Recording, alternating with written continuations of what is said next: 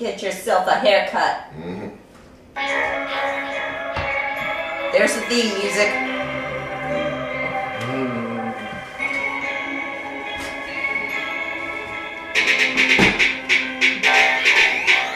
Hey.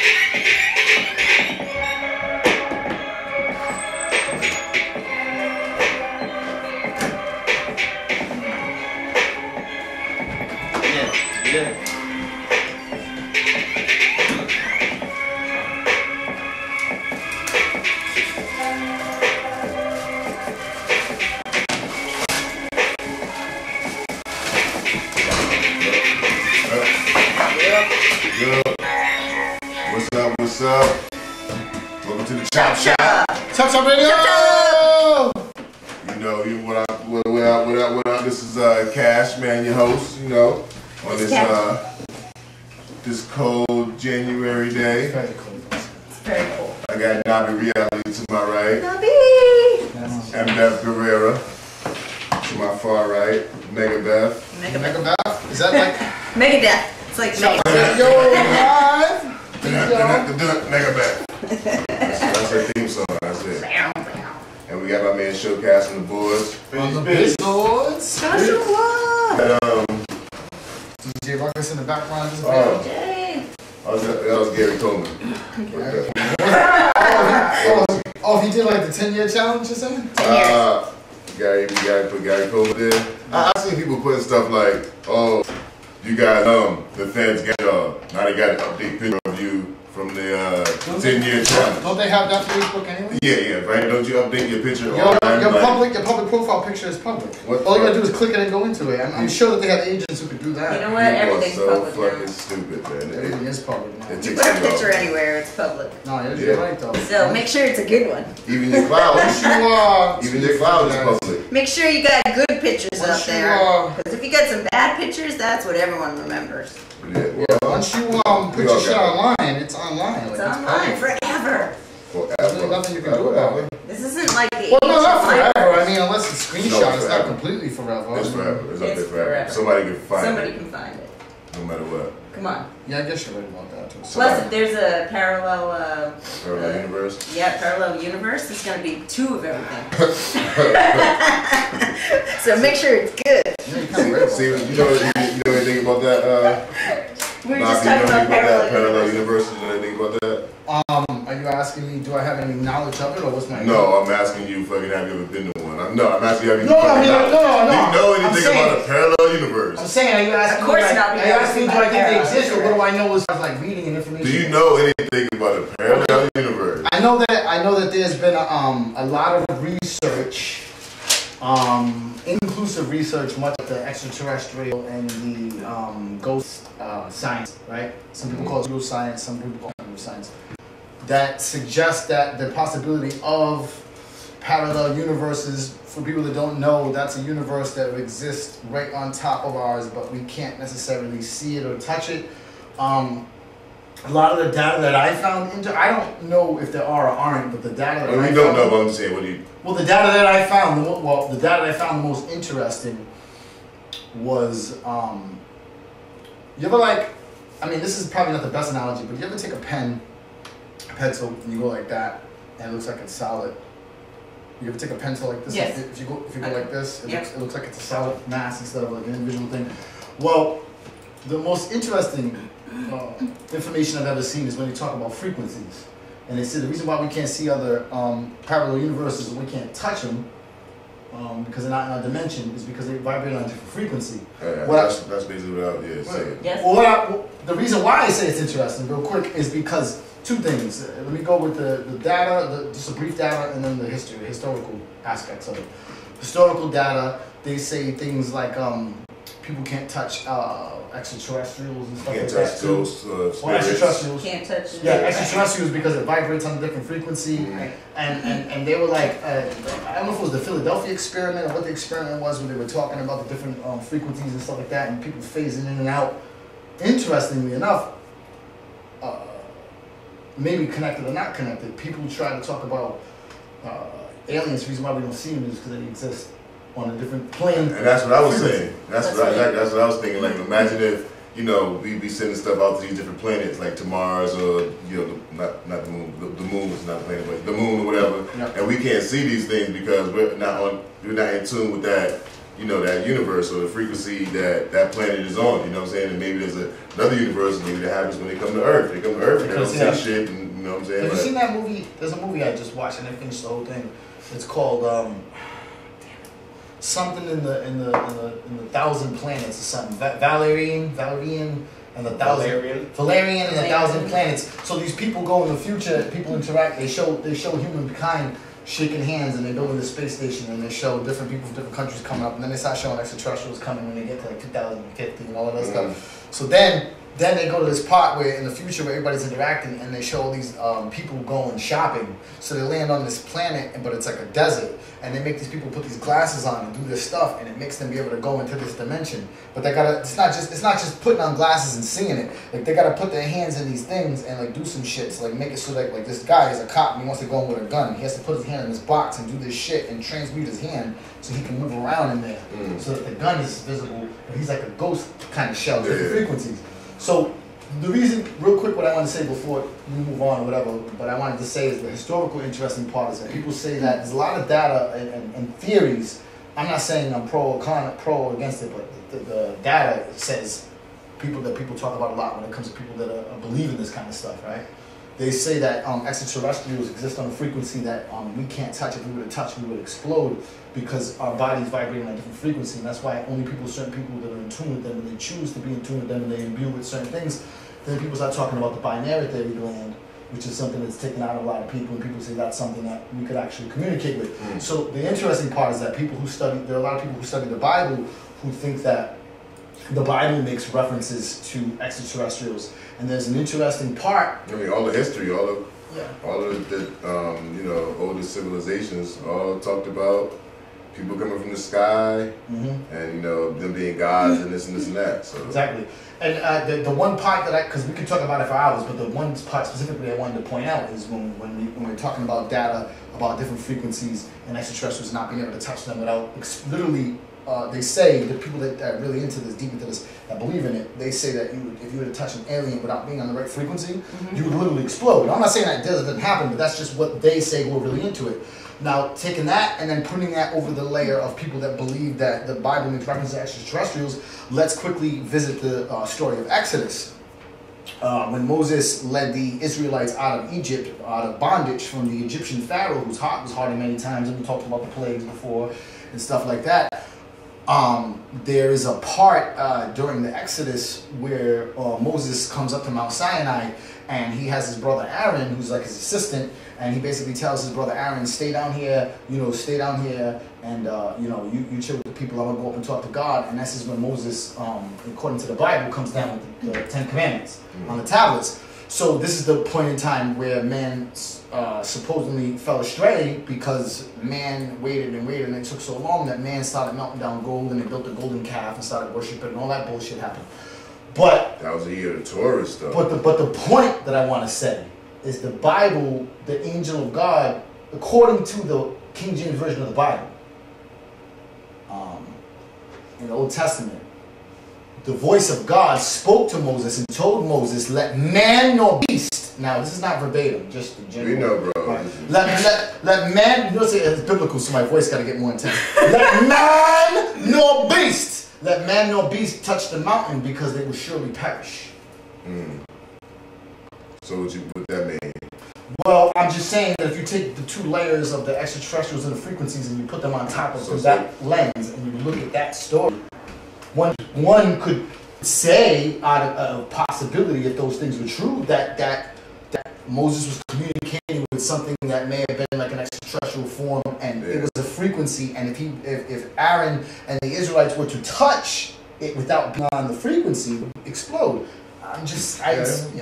Well, there are people that have written about it, and I think it's an interesting theory. Yeah, none of it's proven, but then again, neither is the existence of the Bible. Right? Nothing can really be proven. Gravity's not even proven. Well, there is kind of something interesting. I think it's the Old Testament, the New Testament. It's the Old Testament,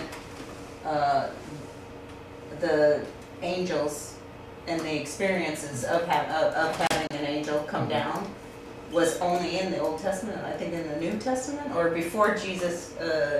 I can't remember. I'm not like a total scholar of the Bible, but there's at one point everything was outside of all the angels would come down, and you would have an experience with them, and everyone could see. It wasn't like you could see it. Yeah, it wasn't like just you could see it, and then after a certain time. I think the newer form Bible, New Testament. The New Testament was all more internal, and then no one else could see the experience that was happening. So it was a certain amount of time where you could even argue that we got stopped visiting people, and it was on our own. We had to be like. Well, yeah, they just figured that maybe we don't. They don't need to see this stuff. They don't need to be able to see this. We just want you to see it because you're special. But we haven't. Shit, if I seen it for myself, then I'd be like, shit, I can believe that. But I haven't seen it. I had nobody. You never saw a ghost? I can't say that I saw a ghost, but I can say that it was one place that I lived at that I know that place was haunted. It was. How do you know? I used to get how they say when the spirit passes through you, you get that. The tingle. It's like a tingle. It's like I feel like it's a tingle up your spine. It's like this at this place. It was almost like getting tased to the point where you feel like you're gonna pass out. Really? Yeah, like. So I stopped smoking weed. I stopped drinking. I was like, what the hell's wrong with me? I was with my kid's mom at the time, and she was getting the same thing too. I never had these shit before. It's to the point where sometimes like electricity running through you, like this, and I will always see stuff in the corner of my eyes, like a shadow kind of. Huh? Not just something just almost see, but you can't see. Yeah. It's just on the brink of your vision. Yeah, what was that? You know what I'm saying? Who's this? Who's that? And then I used to have recurring dreams. The dreams would literally pick up from where it left off the last time I had the dream, a continuation. I think that there's been a lot of. I think that there's been a lot of people that have seen ghosts. Stop. I think a lot of people have seen ghosts. I think a lot of people, and I think a lot of times it's been remember we did the ghost. We try to bring people hip hop, but we also try to teach people and educate people about things outside of hip hop, and that's why we talk about things such as ghosts and parallel dimensions, other than just talk about what's coming up in hip hop and who's hot and what's not. There's other things, and that's why I did that overnight. And that's why I did that overnight ghost hunt at Slater Mill, which if you're not from Rhode Island, you don't realize that that's a very haunted place. That's a haunted place here in Rhode Island. It's an old factory from that's been around since the 1700s or whatever. And there were a lot of child labor there, and a lot of kids died there because they would take the kids and make them go in and clean the machines. And this is during a time where people didn't have lunch breaks and they worked 12-hour days for barely anything. And you had a lot of immigrants here in Rhode Island. From here in Rhode Island, we had a lot of immigrants. French Canadian immigrants that came down and worked in the mills and everything like that, because right where the Slater Mill is, the mill that I stayed in overnight is basically right in the same spot where literally the Industrial Revolution jumped off. So there's a lot of history there, and they say that there's this little boy or this other thing there. So I spent the night there with people that are real deal ghost hunters. If there's anything such as a real deal ghost hunter, that I know that makes sound funny to somebody, a real deal ghost hunter. Yeah, but they had all the equipment. Like they had the equipment that picked up the noise. They had the infrared scanners. They had a medium there. Like they had like some people think that stuff's all demonic and all this other stuff, but those are people that deal with the lower mysteries. Like there are definitely entities and things that exist. How could the exist. spirit be demonic, but they believe in Jesus? Well, people. That's the thing. The people don't realize how much of their religion is based on paganism anyway. Was on one Holy Spirit. The other one's bad. No, you. There's always good and bad in every universe. So you're gonna have demonic. You're also gonna have. Shout out to everybody who come in. So thanks everybody tuned in. If you got any stories or anything you want to share, questions, about anything we're talking about, shout out to Black Art. You know what I'm saying? UZD fam in there. Shout out to Julian. Shout out to shout out to Tragedy Gaddafi. You know, one of the original members of the Juice Crew, legendary MC from New York. Shout out to Traj for tuning in, taking his time. So we have a couple of things we're talking about tonight. We're talking about ghosts and stuff like that. We're also going to be rolling out the Wu-Tang rolling papers. Make sure you check out now. The Facebook stream is just one element, but we got the actual real stream, the real camera, www.uzd.world.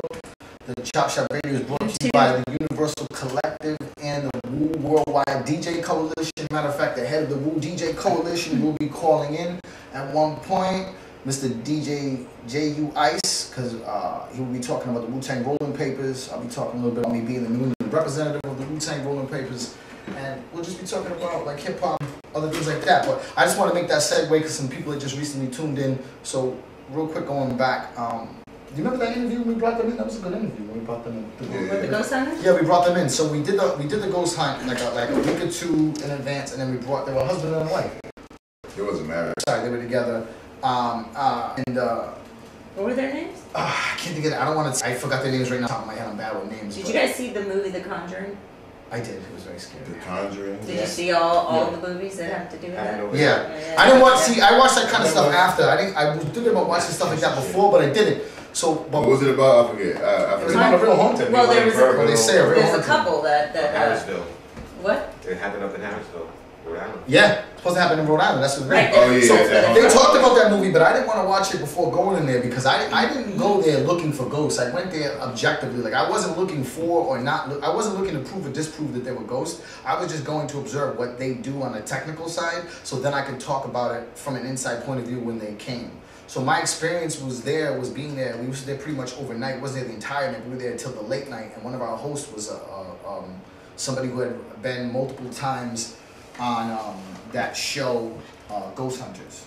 So he was there as one of the guys, and that was pretty cool. And I didn't see any ghosts. I felt a couple of things, and it was an interesting experience. But I wouldn't say that I saw anything, but I definitely felt some energy, and it was kind of crazy when they turned off all the lights and put the infrared cameras on. And we was down by the whale well. Where kids had literally died because they used to have these kids work there because the machines would break down and they were too big for adults and they would send the kids in and sometimes they would die. Some of these kids would die and sometimes they would report it. Sometimes they would just throw them in there. It wasn't like they were like murdering kids, but I'm saying kids would die from accidents and sometimes they would cover it up. Like we're talking about a place that's been around a couple of hundred years. It was the birthplace of the Industrial Revolution. So they had the cameras set up and they had the sound set up and they had asked a couple of questions and we listened back over the sound. And it was like sounded like somebody was answering in the background. We went back and listened over it. And during that timeline where it sounded like they were like picking up noise from like these like scanners, we couldn't hear it when we were actually there. But going back, they were asking questions out loud, and it seemed like there was like an answer in the background, and even sounded like a younger person. Some could say maybe that was like put in there or whatever as a hoax or whatever. But during those times, I don't know exactly what times they were, but during the questioning, I remember feeling tingles, feeling strange energy. Right. So, I don't know if there is or isn't ghosts. I've seen a couple of things, but the ghost hunt was cool. We're actually going to have them come back in. I want to have them come back in. I believe there are ghosts. There's definitely ghosts. Of course, yeah. It was crazy because on my birthday when, Dirty Dirty, they had their night over at the parlor with the horoscope thing where everybody's birthdays and stuff like that, and they had a reader over there. She was reading cards and stuff, and she was on point. She said, "Oh yeah, I remember that." Yeah, as soon as she started talking to me, he didn't want to talk to us. As soon as she started talking, I started crying automatically. Like, you know what I'm saying? She was crazy. Why did you start crying? Because she said she was saying like real stuff. She said some real shit. And then like she said like, cause my dad passed away. He was like into a lot of stuff. He was doing drugs and stuff like that. Like later on. And as the first person she came out with, who's daddy? Dad's here. He's always around there. That's the last thing I expected her to say. You know what I'm saying? My mom passed away too, so I thought. What made you feel it was legitimate? Because anybody could say dad. Because how was she and your dad passed away? It's not like you're mad old. Yeah. So you know, cause it's just certain things that she was saying. Like she was talking about like my stuff son. that she knew, like you felt like she had a gift. Oh, of course, she knew. Like she didn't say stuff like, "I'm looking for someone whose first name starts with." Oh yeah, that's that swindler. That's that swindler stuff. She went straight to She went straight to because I was with my girlfriend and I was like, let's do a couples reading, and then she was like, does that tell you like your status as a couple? I don't know. I never did it. I never did it before. She was like, she looked at me like, you sure you want to do it? I don't used to do couples. I just looked at her like, and I started getting worried. I was like, maybe that's maybe this wasn't a great idea. And I was like, nah, fuck it, let's do it. And then I went to the bathroom, and then her and my girl was talking. But then my girl said later on that she was like, I only agreed to do the couples reading because I knew he was gonna need some support. Like so she already knew like all the stuff that was around. She said there's like these old men that's always around you that just arguing and talking like. That's the future me and you. In ghost form. That's what I was like. That's why you surround yourself with the same thing. Well, yeah, probably, right? That's what I was like. Makes sense. Probably why I was going to debate and go back and forth with somebody over a subject. You know what I'm saying? I don't know. Just got the energy around you. Yeah, like they're kind of like your spiritual guides, but you ain't listening. Well, I think Cash's spiritual guys are two old guys from the Muppets. No. That's too bad. I leave the show, but I'm stuck to the chair. Tell him he's a goddamn idiot. He don't know what he's talking about. That's what we need to do. This is a great show. If you're blind. Those dudes are original haters, right? You know, my life was complete when I went to Disney Hollywood Studios and actually saw the puppets of them. It was involved in the Muppet thing they had. And they actually, my three favorite Muppets of all time were them and the chef. And they had this 3D thing that was like a TV thing you watch with the glasses. And then we had like 4 or 5 actual Muppets come out, and none of them were like Kermit, none of them. But the Swedish chef came out with a gun, listen, with a musket, and them 2 dudes came out too. And like, it was I worked with a dude. I worked with a dude when I was cooking. When I was doing that cooking job, I was working with a dude. He was just like this dude. Like, so we're gonna go over to get with the knife, that fucking stupid ass shit, bro. Yo, he talked just like that. Look at this. He talked like. What is this motherfucker saying? Like, that really remind me of that Swedish chef dude. I don't know why, but I think the Swedish chef is one of the funniest characters ever. I don't know why. Shrimpies. I don't know why he's so damn funny. Like, you see the part where he starts cooking the shrimp and he's playing the instruments? He does slapstick. Oh my god, he's hilarious. So at the 3D thing, he comes out with a gun and he's arguing with somebody and he's shooting at him like, pow, pow, pow, pow. And his actual puppet comes out behind you. You look up and he comes out on a balcony. It's an actual puppet of him. And everything else is on the TV. And he's like, oh, where you see this? And he's shooting the fucking musket, and they're like, "You can't catch me!" All of a sudden, you turn around and he rolls a cannon out, like one of the old school cannons from the shell, and starts shooting. You had a great time, huh? It was I love the Swedish chef. I don't know why he's so damn funny. the stupidest shit excites It's funny because he's slapstick, and you like, and you guys are slapstick. Nabi gets excited by the stupidest shit I ever. do. That's what I Why mean. you say that? Oh my god, look at this! How come most of the It's a stick of butter. The most intelligent people get like Excited. laugh at the dumbest shit. No, it's not he's laughing at it. He gets excited by it. He's like, oh my god, what's that, a stick of butter? Whoa. Maybe if it's weed butter. That's stupid stuff. Oh wow, what's that, bacon? Yeah, bacon there. Oh wow, bacon. They got bacon here. I don't even eat bacon. Oh, we go to the hotel. Bacon? Go to the hotel. We go out of town for whatever reason. Then you got to do breakfast. Yes, yo. Free breakfast is my shit. There you go. We go out of town. Breakfast. See, like, I don't care what happens. Look how excited I you don't care get. what happens. I don't care what happens. Yo, it could be the most average breakfast. If it's free, it was the greatest breakfast. You know what? Oh my god, it was so good. I convinced my family to sneak in and get breakfast while we was in Florida, bro. Come on. We went to this dude convinced this guy that. Well, we do have our ties with Wu-Tang, but he made it out bigger than what it was, just so he can get content and do breakfast. Complimentary. They No, it wasn't exaggerate. complimentary. It was What like did a you fancy. It was a fancy breakfast. I don't know. I told He him. exaggerated his. Well, I don't know. We're gonna he get him. exaggerated his affiliation. Yeah, I to did get- exaggerate. I did. He exaggerated his affiliation to get I did. breakfast. I did. I did. He even took pictures with us and shit, going like this and stuff. Then the next morning he called, yo, man, you guys should have stayed, man. It was like a top 9 breakfast. The chef had one of them big hats on and shit. Shit was real. Like entrees and shit. 5-course meal. Like what you want? They were making omelets for you and shit. Like professional chef. This shit was real. I was with Homo from Tech 9. Shout out to Homo from Tech 9. That shit was This guy steals free stuff. I do Another all the guy time. steals free stuff. It's because it's mine. It's free. Ooh, look at that. It's the best thing Yo, when it's free. yo, they're giving it to us. You can take as many as you want. You don't have to put it in your coat. I get it. So we can make a break, come back. You have any videos on that? I can just break and cut the volume. Yeah? We'll do that for like just a couple of seconds. We'll be right back. We're gonna be talking about the Wu-Tang ruling papers, and we're gonna we're pretty soon. And we're gonna have DJ Taylor's calling shortly. We're just gonna take a quick break. We're gonna take a quick break.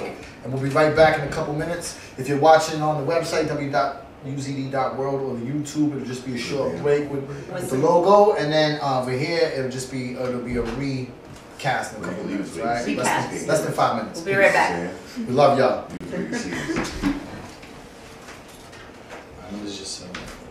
Yeah, you can put it where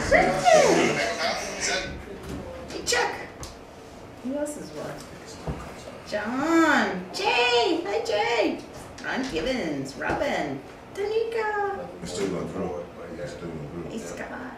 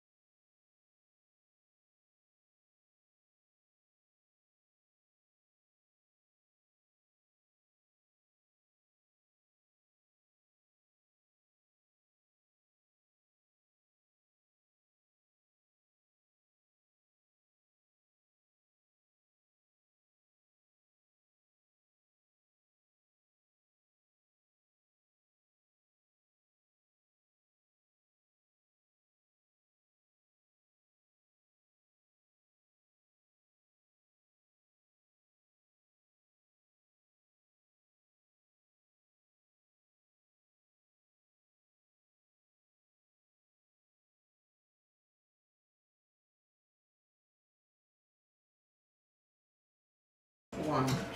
What up? What up? We back on, you know what I'm saying? We took a little break, you know what I'm saying? Shot radio. I went to go tinkle, you know what I'm saying? I don't think men should say tinkle. Well, I don't think men should do I have a a lot slight of issue things. with that. I just don't think you should. I don't know. I just don't think you should say tinkle when you're a man. I'm not even sure that. I say what I want. So, we're supposed to have DJ JU Ice call in the big bro, but Oh my God. we're seeing right now if we can get in contact with him. He's supposed to call. We'll see what happens. If he does call, we'll talk to him. If not, we'll get him on the next show. You know, the big bro. So for those of you who do not know, two things we should talk about.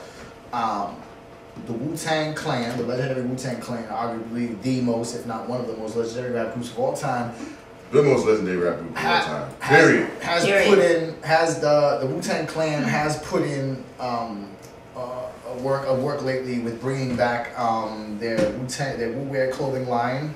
They started the 36 Chambers clothing line. They started the WorldWide DJ Coalition, and they put out recently, just in the last year, have put out the Wu-Tang rolling papers, which for people that don't know, it's if you want to roll up your tobacco or other products, you know, and you can hand roll your stuff. We are part of the WorldWide DJ Coalition, which is an official division of the Wu-Tang Clan under the auspice of Mook Gibbons and DJ JU Ice and Wu Management. So the Wu-Tang Rolling Papers is connected, intertwined into all of that, and that branch of the Wu-Tang family, which there are many branches of. And I am a New England sales rep for the Rolling Papers as well as a regional. Have a sample? Give me a second. Oh, Build it up to it. I'm also a regional rep for the Wu-Tang WorldWide DJ Coalition, right? So I want to show you a sample, and I'll bring up their show. You can put it up to there in a second. So this was the package that I got, because I'm about to get the supply, but I wanted to get the samples in. So this is my package that I received. It's okay. From Brooklyn. You know what I mean? So Brooklyn. Oh, it's fancy. It's fancy dancy. So here we go. So check it out. So you wanna make sure the camera right here. So here we go right here, y'all. Check that out. Artist brand. Yep. So what we got here, thank you. So we got here is the papers. These ones are the ones with the tips.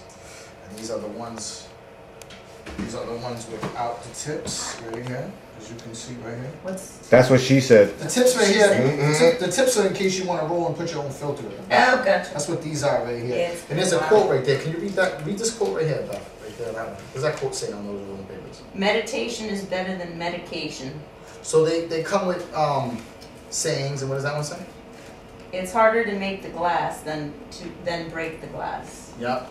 So I have this, and I also have boxes on the way. So basically, I have this as an official sales rep, because this is what the samples look like. This is actual packs of them. It's just onto the poster board because They're very sexy. It's very sexy. It's very presentable, right? Yes. Yeah. Like so. Would you want to hold this up to the other camera, Beth? We'll bring Yes, it in front I of the will. other one. Oh, you got it. Oh, you got it? Yep. It seems dangerous and elegant at the same time, man. If you want to check it out right here, yep. It's got the Wu-Tang symbol right there. It's got the Wu-Tang W logo It's almost right there. as sexy as me. You see right there, look, there's the actual papers. It's a very good presentation as you see it. I can take these off, they're stuck to there, but this is for me to show the different people that want to buy, different stores and stuff like that. So basically that's what this is, so I can show So if you smoke, you're going to look way I can show you right here. See, these are all actual real papers. Mm-hmm. This is all connected to the thing. So, Cash, did you want to talk about this at all? Yeah, man. So, are they available now in certain places? They are available now. You can get them from individual buyers. You can even go online and buy them. But I'm gonna be honest, to go online, you can look at the prices.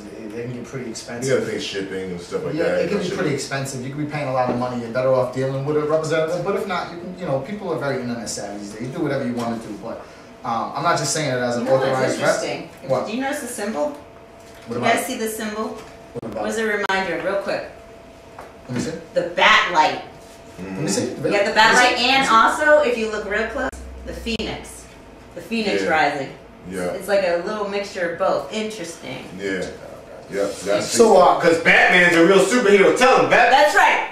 So And he's not gay. what was you gonna ask He me now? is. What else was you trying to He's just in the ask? closet, man. Yeah.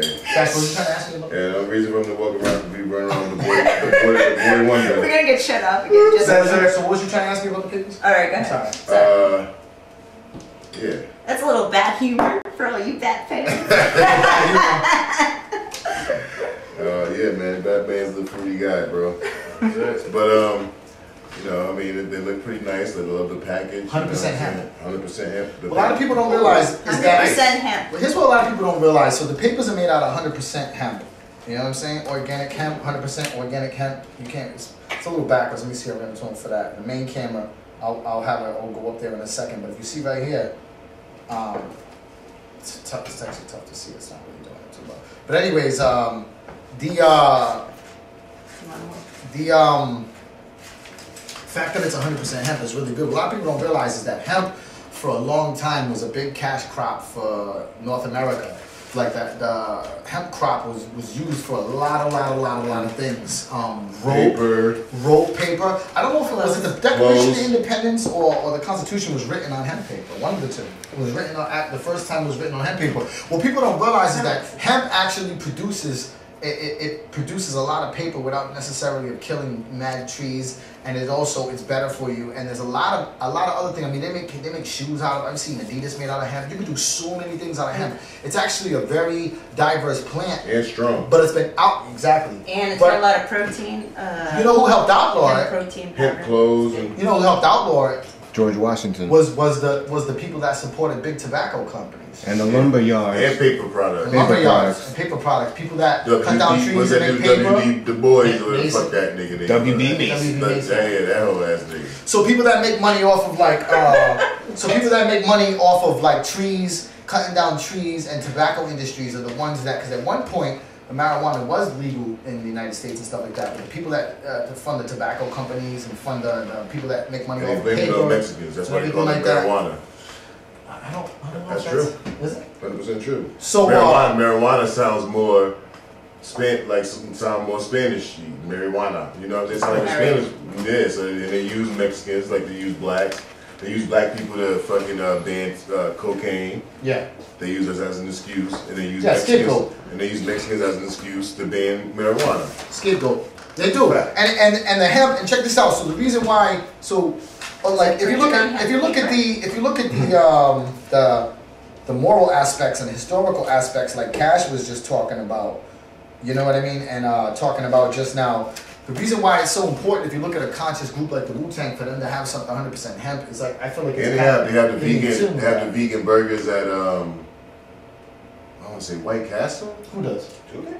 Yeah, vegan burgers at White Castle. Yeah, I think it's White Castle. I'm looking it up. Yeah, I know for sure. I wouldn't think a vegan would walk into. Yeah, they're all vegan. The Jizza's vegan. Yeah, the visitor. All of them are. I think all of them are vegan. Yeah. So what I know. So the historical connection to the hemp, I think, is important because so people look at there's all these like medical benefits of marijuana, right? But here's this other part of the plant that gets thrown away that doesn't even have the THC in it because the hemp is a part of the marijuana plant that doesn't get you can't get a high off or buzz off of it. But it can make strong rope paper and all these other things. Yeah, Wu-Tang Clan and White Castle team makes up. Makes great protein powder too, actually. Yeah, Wu-Tang Clan and White Castle team up for vegan burger. That's awesome. Yeah. What's that? Is that this? That's all. You got a drunk cricket in there? I was gonna say that. That's what it sounded like, a drunk cricket. So I think that it's important with the hemp and everything like that. So this came out. This has been out for almost a year now. There's been different launch parties and stuff like that for the Wu-Tang rolling papers. There's been different launch parties and stuff like that. Here we go. Here's the ones with the tips. The official rolling papers right here. Look at that. Look at that. See that? The official papers right there. This is just a sample kit. You know what I mean? There's been a couple of launch parties. The official launch party was last year with the RZA at the City Winery that we've been to. We've been backstage with the RZA, not at that particular show. But they taste very good. The first time I ever tried them was when I was backstage at the Wu concert in Mass a couple of months ago. There were a couple cats smoking it back there. Yeah, so soon, hopefully, you guys will see them in the stores if we on our job. You know what I'm saying? Yeah, man. If you're in New England and you want to get in tune with this, right now I'm doing more bulk sales right now off the gate, but in like a month or so, I'll be doing individual pack sales. I'm gonna be honest, I'm really not trying to focus on individual pack. I know everybody's like, oh, I want one. To be honest with you, I'm really not trying to get into like individual sales of dropping off one little packs here and there and there. I'm not trying to do that. I will have a couple of boxes for like people in the industry down here, people that own places and artists and stuff like that, and I will be like distributing some like that. But in majority, if you want them, you're gonna have to buy them by the box though, because I will have a couple singles. But if you want singles, I mean, you got to deal with the stores. That's what the whole relationship is about. I'm really to sell to stores and to people buying in bulk. Doesn't mean that I won't sell a couple of packs here and there, but I know everybody's like, I need a pack, I need a pack, I need a pack. It's not going down like that. I'm not running here and there and there to drop off one little pack and stuff like that. You know what I'm saying? Like, I'm just not trying to be on that kind of time. No disrespect, but that's what the stores are for. What I will do is I will create a Facebook page for the Woo Rolling Papers, the distribution network in New England, where me and Cash will be running, and we will list the stores and places you can pick said papers up once we get it up and running, and we will, because then you can go to these stores and, you know, because that way, in that way, you're supporting the Wu-Tang Clan as a whole, in the supporting their business over as opposed to paying other money, but you're also supporting in your region money. You know what I mean? Because that'll be like money towards like me and the store and stuff like that. And to be honest with you, I'm not going to be charging any different than what the stores are. I think Joshua has a question. Go ahead. Are these going to be available at your local bodegas, or are you going to be wholesaling to local smoke shops, as we have a lot of smoke shops in the area now opening up? And I'll be wholesaling to different businesses and some bodegas if they want to. But because it's the Wu-Tang Clan and the Wu-Tang Clan, right. No offense, but I mean, it would appreciate to make some sales, but the Wu-Tang Clan doesn't need anybody's money.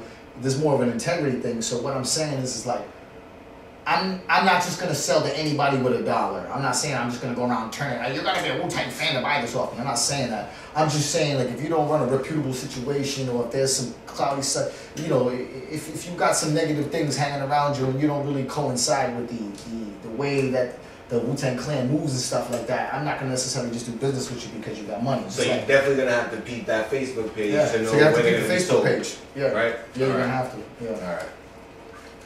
Because there's an integrity issue here, and it's a brand.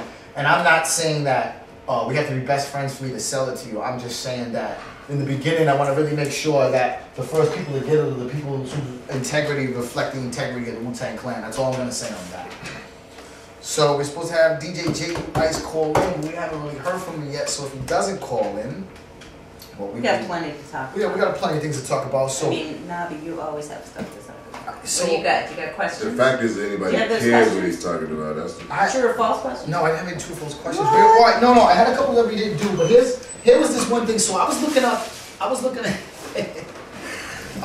some news, right?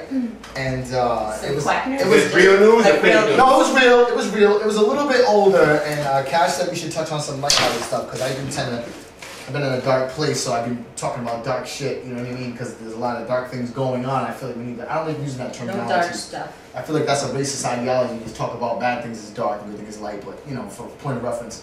But there was this funny thing I was looking at, and these people went to like a Stop and Shop, like a Publix. Well, it was like a Publix or something. I forgot what it was in the Midwest or whatever. And the machine, what happens is they type into the machine. They have a machine that does your cake. Like you order a cake, and they have it's like a laser. If it's a little cake, that just go with hand. Like, we'll buy a $5 cake. A person that's working there was on shift will go to Susan, happy birthday. But if it's like one of those big cakes, they have like a machine that does it. And like a sheet cake. Yeah, and what they do is they take a picture, and they put the picture on there. So what happens is that they put the words of whatever you want. You write on a piece of paper, or you go online and you submit it. Some people now are doing that, but mostly you fill out a piece of paper. You go there, you pay up front. You pay $60 for the cake. You take the picture, whatever you want. You pick the cake out, and you put the piece of paper with the cake, and you make the payment. And then they take these words, whatever you wrote, whatever you write, whether it's Spanish, English, whatever, it could be in any language, they take it and then enter it into the computer. What I didn't know, but it makes sense, the computer has red flags. So like if you were to put, for instance, if you were to put the F Thanks word for sitting on me. no, if you were to put offensive, like, put the F word, nigga, please. or or you would have used the N word or something, use the N word or something. The red flag would happen, and it would not put it through. And the thing is that then somebody, but then it'll tell you. But before, it doesn't just like go and then make it. You put it through, and then somebody looks at it, and it's like, okay, approve it or not. So somebody saw that this computer rejected what they were saying, and they approved it and went through, and then they gave it to the people, and the people were pissed, and then they went and got a refund. So what the words were in Latin, it was somebody graduating college, and in Latin it means graduated with highest honors. But in the words written down, it's 3 words. It looks like summa cum laude. So it would not print the cum, C-U-M. So it said summa laude.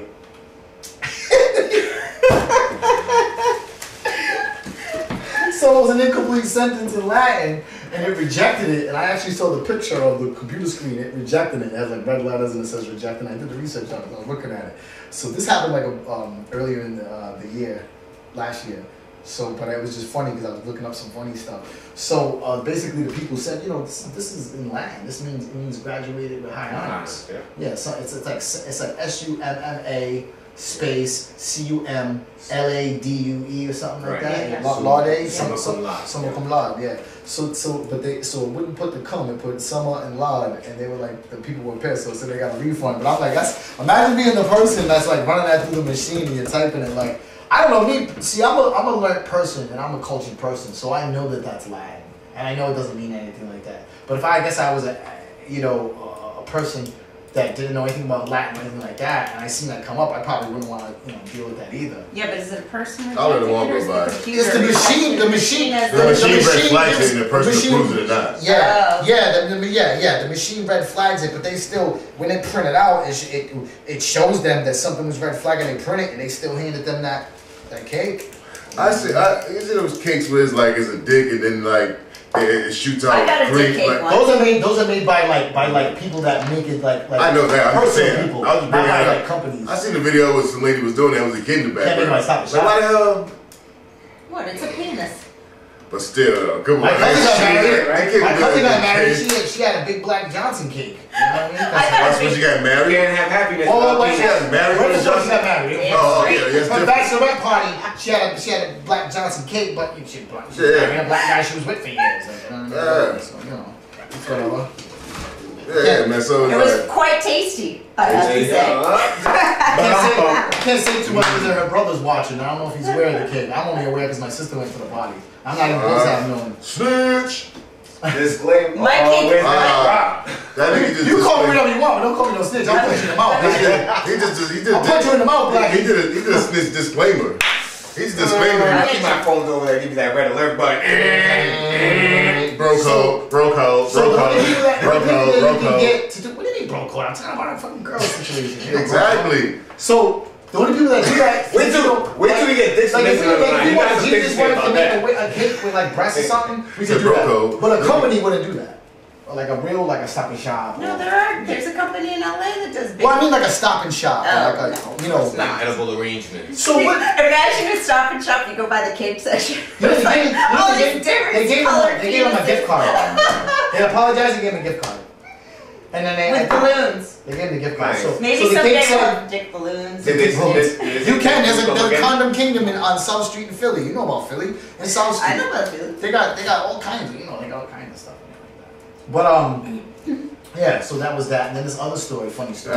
That story was not funny. It sucked. Not funny, but just interesting. The last story sucked. I don't know So about this story. one. How about these people went into it was like San Diego or something. They walked into the aquarium and stole a shark and tried to walk out in a baby carriage with it. Yeah, I seen They that. stole a shark. Yeah, like a baby shark. What? And put it in a baby carriage. What did it like suffocate? And walk Yeah, with they it. would have killed it. I don't know why they did it. They apprehended the people. I don't know why they would do that. I mean, I just think it's They crazy. should feed them to the shark. It's crazy, but some people will steal. Some people can't help themselves. Like they're kleptomaniacs, but that It's right there, not that had to be. kleptomaniac. That's But check this out. Check this out. You would know something like this, but not everybody would know this. People don't realize there is a elite class of hidden people that don't. I'm not talking about none of that elite pedophile stuff we be talking about. I'm not talking about no Illuminati shit and nothing like that. I'm not talking about Masons. I'm talking about rich people that got money, that have done a lot of things, that are just regular people, but they like to try things they never tried in the sense that they like to want to see if they can get caught. No. They like to eat. They like to eat animals that are on endangered list. Yes. You know what I'm saying? Like humans? No. I mean, well, we're not gonna go that deep. Wait, no, they have a show. They have a whole show. We're not gonna go that deep. Yeah, but I mean that for another show. But there are people. Yeah, that's another. Cash are not gonna stay away from that kind of stuff for a while. Yep. So I don't want to scare our fans away, but I'm saying there are people that get together to try rare meats. Like I put a crew together before when I used to work in the restaurant industry. I had put together a crew of people, and we had people that were learning, training to be chefs at Johnson & Wales. They used to work with us. So I put together a little group together and put a little money together, and we found this website that sells not like endangered species and shit like that. I would hope. But it would be but it would be like stuff that normally people wouldn't eat. Like you could order like ostrich meat, or you could order camel meat and stuff like that. You know what I mean? And we only tried a couple of different things, but you know, even what's crazy then is that we made something that is not exotic, but a lot of people that are Americans refuse to eat. But it's something very basic. It's not exotic at all, but it's very rare for you to eat rabbit. People are really, when you talk to a regular American everyday person, that if they're not like Latino or Cape Verdean or Portuguese, or you'd be like, yeah, rabbit. People get really nah, I'm not gonna eat a rabbit. Like it's not even that big of a deal. So anyways, I'm just saying. So I was part of that little group or whatever like that, and I researched into it of like not like endangered species, but like you could order like camel meat and make burgers, or you can make like bushmeat. No, the different animals like iguanas or something like that. Things that ain't endangered. But I was saying there's a group of people that secretly get together, and they're not on no like kid pedophile shit, that child shit we talk about. They're not like Illuminati and all that shit. They just but they like to eat animals that are endangered because there are animals that are protected by the government that you can't. Check this out. There are animals that are so protected that animal hospitals can't even treat an animal that is an endangered species. Because I know for a fact. Because want to tell you a crazy story real quick? Oh my God! We're already in a crazy story. Okay, so I'm not gonna say who because that person might be upset if I say who. But me and somebody and it was my daughter and somebody else. We were driving and we drove one time. We were driving one time, bringing my daughter back to. She lives in Virginia near the Pentagon. And we were bringing her home, and there was mad traffic during this time. There was like some protests going on in DC, and she lives right in the DC belt, right? So what happened was it took us down these like side streets. It took us down these like sideways of Pennsylvania and stuff like that, trying to get into like back to Pennsylvania. Mm-hmm. And it was very like I'm sorry, and I hope this doesn't offend anybody because I know we gotta watch out what we say, certain words, but they were very like hick kind of like hillbilly-ish kind of people, even though we were in Pennsylvania. That's not. Well, I don't know. So we're going down these like side streets, way off the highway, like way off the grid, and the GPS is taking us because there was like so many car accidents. It took us like an extra 2 hours to get her back to Virginia. So we're cutting through like this rural parts of Pennsylvania I've never been to. I mean, like I'm talking like. Okay, we get it. Like there's Amish people. Yes, we get going it. By. All right. Well, no, you get it, but there's people that are watching this and never even been in a place like this before. So Amish people going by, right? There's Amish wagons going by. And I'm texting on my phone. All of a sudden, New York City. All of a sudden, I hear. No, that's Jewish, not Amish. Oh, you're right. I'm sorry. Damn, he did it again. So all of a sudden, I hear. We're going, and it's like an open area. There's not really like the houses are like there's farms. There's no like apartment buildings. There's no like major buildings. It's all like farms and shit. Like you go one house lives a mile away. All of a sudden here, there's no signal. Boom! All of a sudden here, boom! Loud as fuck in front of the car. I looked down for 2 seconds on my phone. The person driving was like, I said, what was that? They said, it was all I saw was a bird. I said, what you mean a bird? Like, what do you mean? Like, I'm looking back, I'm looking for feathers. Because we were going like probably 50 miles an hour or something like that. Like down this road. And they were like, I was like, what, it ran in front of the car? They was like, no, it flew in front of the car. But there was no feathers on the window, no nothing, and this and that. I'm like, yo, whatever it was. And the person driving was like, yo, whatever it was, it kind of like swooped. So as we're driving, we start to figure out, holy shit, there's like a 98% chance whatever flew in front of the car is now smushed to the front of the car, right? So the person driving was a female, and she got real shook up, and she got nervous. And with my daughter at the time, and she was probably like, I don't know, like 8 or whatever like that. So we pull over. So it's so country where we're at. We go to pull over, and the liquor store had a dirt driveway, and then it had like 2 wooden stairs, and it had some like hillbilly looking people. Like they literally had, like the straw in the mouth. And all right, we get it. No, I gotta get the overalls on. So we pull up, and they're like this. Look, they pull up, and they're like this. We pull up, and they're looking at the car like this. They go like this at the front of the car, and they go, hey. They go, you got something in the front moving. You got something in the front. You got something in the front moving, right? So now I'm all fucked up in the head. And I'm gonna tell you why I'm fucked up in the head. I'm fucked up in the head because I know as a man, I'm the man in the car. I gotta get out and deal with it. 2, I know that whatever it is gonna most likely be so badly hurt that it's gonna be like suffering. Yes. And I'm gonna have to take it around back and snap its neck. Okay. You know what I mean? Yeah. So that's my point. Thank you, DJ JUIs. That's it. Peace. Thank the Lord. I'm gonna wrap it up real quick. No, it's over. The story. Wait, we didn't even get to the Daniel, point. I'm gonna tell you now. Right. DJ JUIs. Hold on, we gotta get to the point. No, we don't. Peace, God. What's up, dog? It's Prophet. Peace. I got you. One second. I'm just God, quickly. we don't need to hit into the story, I'm bro. quickly wrapping up the story about us hitting a bird real quick in Pennsylvania. Well, he's from Philly, so to wrap it up. Can you hear us? Yeah, I can hear you. I'm just wrapping up a story about us hitting a bird on the way. So they said, real quick, they said, oh, it's moving. So I'm like, I'm gonna have to get out of this car, and I don't know what. I said it might be a pigeon. I don't know what kind. Nigga, get this out of the fucking bird. So I get out, and all I see are legs like this. I see legs like this, moving and shaking like this out the front of the grill of the car. I walk in the liquor store. I say, give me 3 nips, please. I take 3 nips. I was like, do you got a box?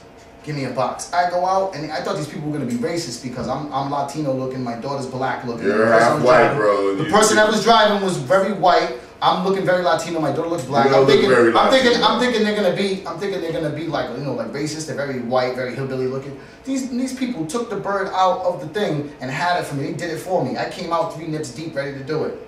I'm ready to snap the bird's neck. The bird was not bleeding. The bird was fully intact. And they said, "What?" I said, "What is it?" They said, "It looked like a turkey or something." I said, "What is it?" We looked at it. It was a rare endangered hawk. Really? And the hawk wasn't bleeding.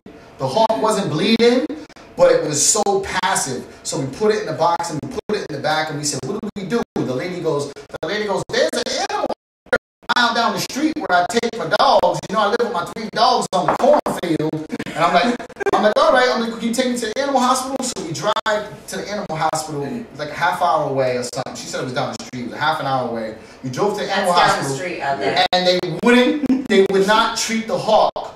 They said if it was a dog or a cat or a pigeon or it's an endangered hawk, that the only place that would treat it is a natural federal licensed reserve. And I said, well, where is the closest reserve? They said about an hour and a half, almost 2 hours back the way you already came. And we was already late to bring my daughter back to Virginia, and we were in Pennsylvania. We had driven from Rhode Island. We were already on the road for hours. And I said, here's a teachable moment for my daughter. I said, you know what? I said, well, can we leave the bird with you? They said, you can leave the bird with us, but we can't treat it. We'll have to call somebody and they'll come by tomorrow. I said, but be honest, what's going to happen? They said, I'm going to be honest with you, sir. We don't think the bird. They said, yes, but we're not licensed to bring it. I said, well, what if I left with it? They said, we can just turn around and you can walk back out the door like you was never here. Like you didn't sign no papers. So I got in the car. We drove an hour and a half, 2 hours back to a bird reserve back in Pennsylvania, wherever it was. Yeah, wherever it was, we drove backwards so we drove back an hour and a half out of our way to go to this reserve. The reserve was dope. They had all these like trees with all these different birds they were saving. We went in there and they took the bird off. They're endangered. It's actually a crime. Like if I would have killed it, like intentionally, like shit, I could have been arrested. So we left the bird, and then they sent us letters for like the next couple of months, and we donated to him, and they sent us letters, and eventually they sent us a letter saying he didn't make it, but at least he died there with people that knew birds, and he died amongst other birds instead of the side of the road. Right. So that was my endangered species. Sorry you called, brother, when I was in the middle of a story. Let me find out you're the original bird man. So what's yo, hold on. I would get so. Hey, how many people that are not professionals? Me and my daughter and the person driving. How many people can say that they? No, I'm not gonna say who can done it. Say credit. How many people can say I had the bird in the box in the back, and I was a wild red tail hawk. Like I wouldn't trade his life for that. But I got to pet him, and he let me pet him, and he didn't try to bite or nothing because he had internal damage or whatever like that. But I was doing it to soothe him because he was really nervous. But my daughter and the person we were with and then me, we got to actually touch like a wild bird. Like it was just crazy. But yeah, maybe I am. So who do we got on the phone right now? Me. Like the pizza guy, Sajo downstairs. You could be the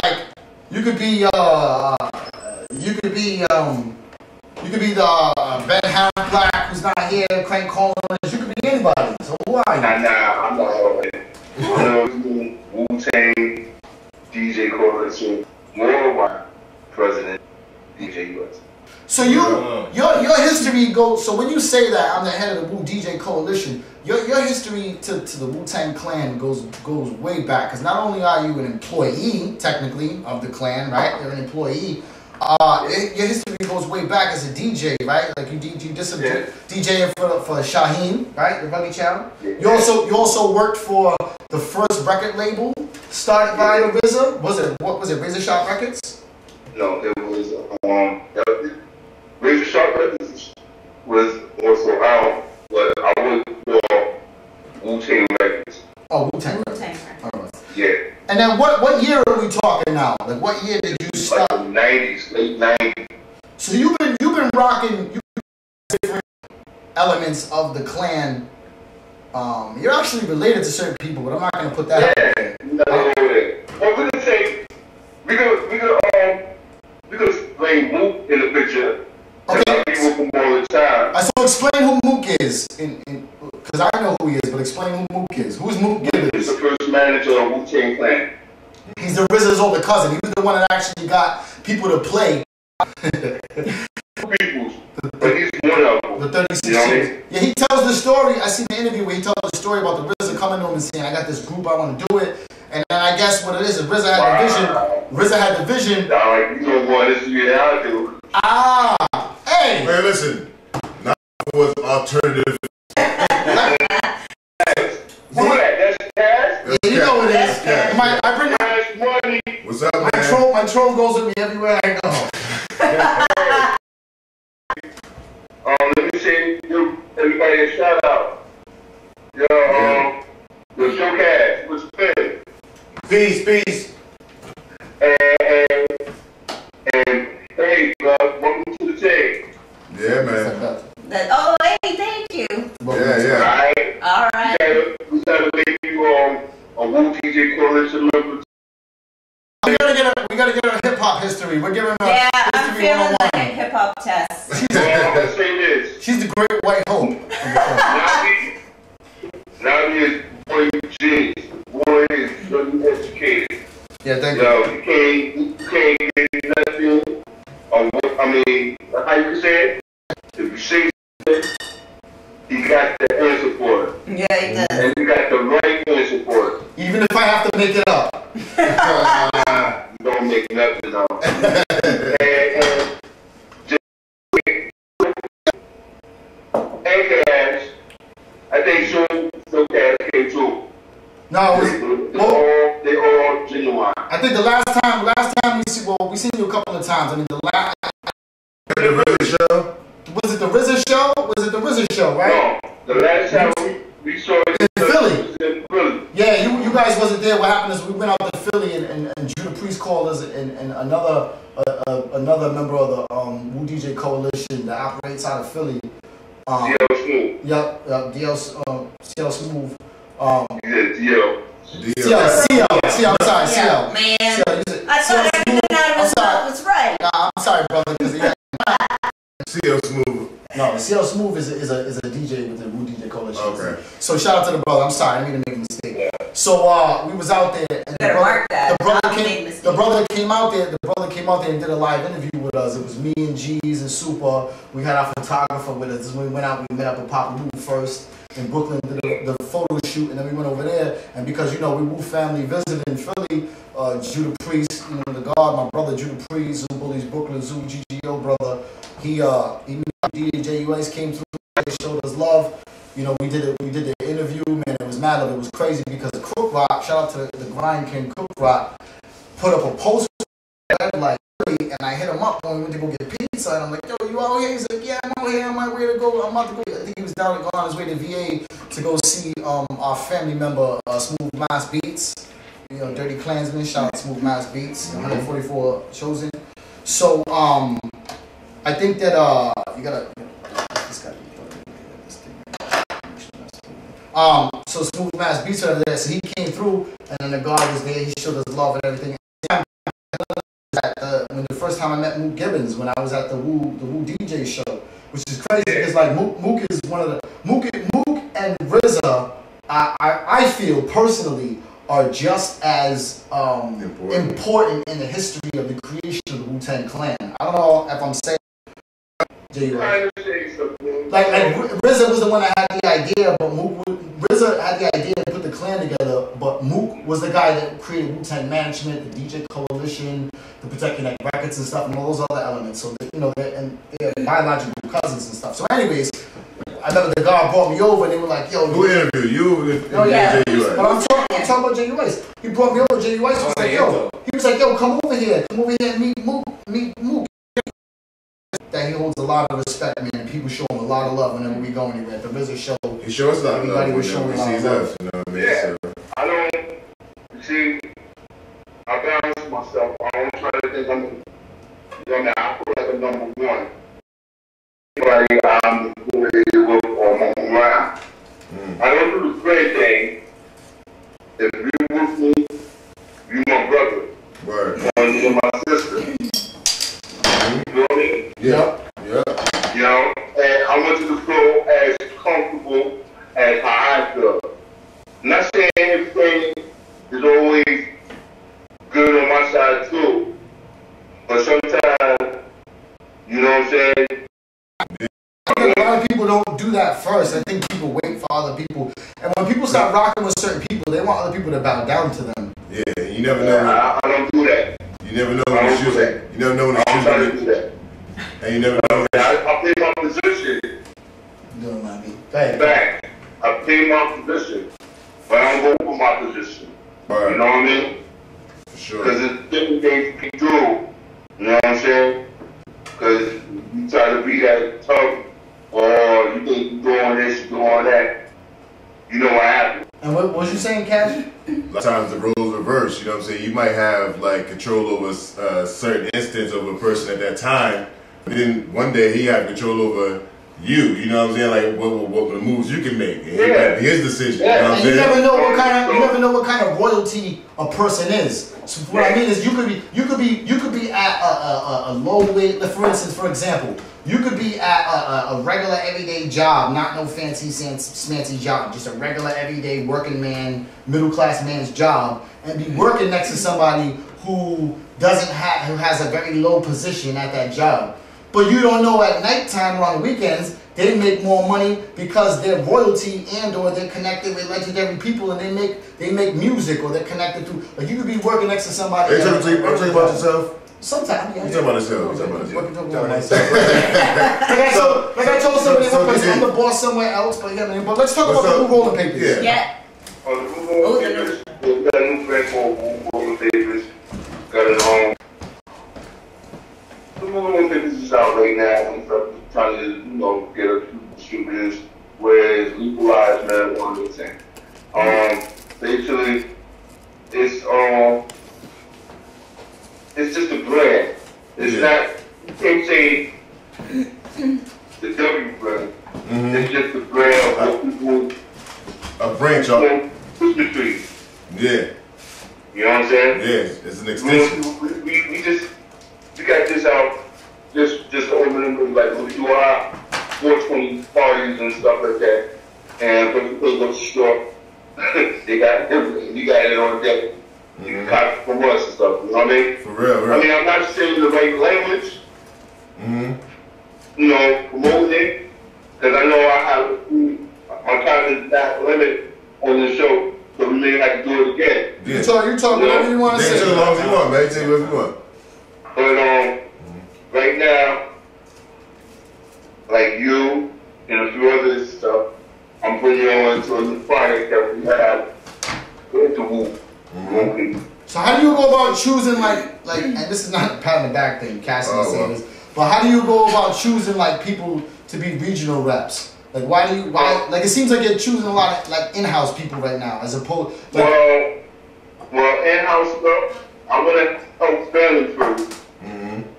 You know what I'm saying? And then outsiders get secondary.